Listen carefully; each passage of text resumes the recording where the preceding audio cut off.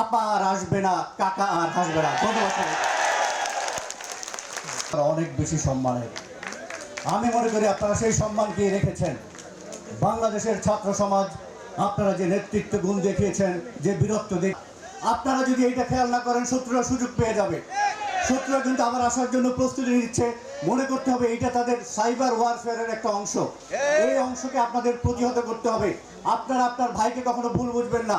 একত্রে কাঁধে কাঁধ মিলে যারা যুদ্ধ করেছেন তারা আজীবন ঐক্যবদ্ধ থাকবেন। কেউ আপনাদের পরাজিত করতে পারবে না। আপনারা যদি ঐক্যবদ্ধ না থাকেন, আপনাদের কেউ রক্ষা করতে পারবে না। আপনাদের সাথে সাথে প্রশাসনে আমরা যারা রয়েছি, আমরাও কিন্তু আপনাদের মতো একই পরিণতি বরণ করতে হবে।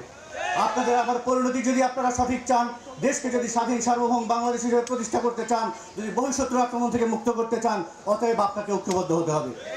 আপনারা তাদেরকে ষড়যন্ত্রকারীদের বলে দিবেন, আপা আর আসবে না, কাকা আর হাসবে না। ধন্যবাদ।